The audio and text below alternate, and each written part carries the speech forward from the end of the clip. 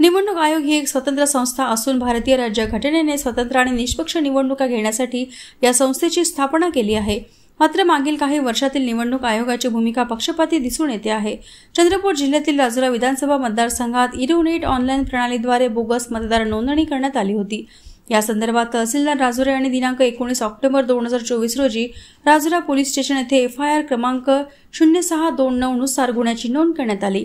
मात्र वारंवार पाठपुरावा करून ज्या IP ॲड्रेसद्वारे बोगस मतदार नोंदणी करण्यात आली अशा संशयित मतदान चोरी करण्याचा शोध अजूनही निवडणूक आयोग व यंत्रणा घेऊ शकली नाही।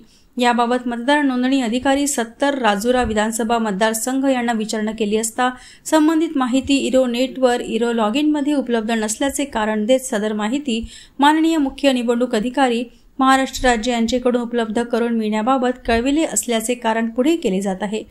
त्यामुळे निवडणूक आयोग संबंधित यंत्रणा यांची भूमिका संशयास्पद दिसून येते। देशातील सर्वसामान्य जनतेच्या व मतदारांच्या मौलिक अधिकारावर घाला घालून भारतीय लोकशाही व संविधानाचा गळा आवळून मतचोरीद्वारा काही विशिष्ट लोकांना बोगसरित्या जिंकविण्याचे काम होत असल्याचा संशय बळावला आहे। यावरून चंद्रपूर जिल्ह्यातही मोठ्या प्रमाणात मतांची चोरी झाल्याचा आरोप काँग्रेस जिल्हाध्यक्ष माजी आमदार सुभाष धोटे यांनी केला। लोकसभा 2024 मध्ये चंद्रपूर जिल्ह्याचे एकूण मतदान 17,92,147 तर विधानसभा निवडणूक 2024 मध्ये जिल्ह्यातील 6 मतदारसंघाचे मिळून एकूण मतदान 18,50,102 एवढे आढळून आले। या जिल्ह्यात लोकसभा निवडणुकीनंतर अवघ्या 6 महिन्यात 57,955 एवढे मतदारसंख्या वाढली।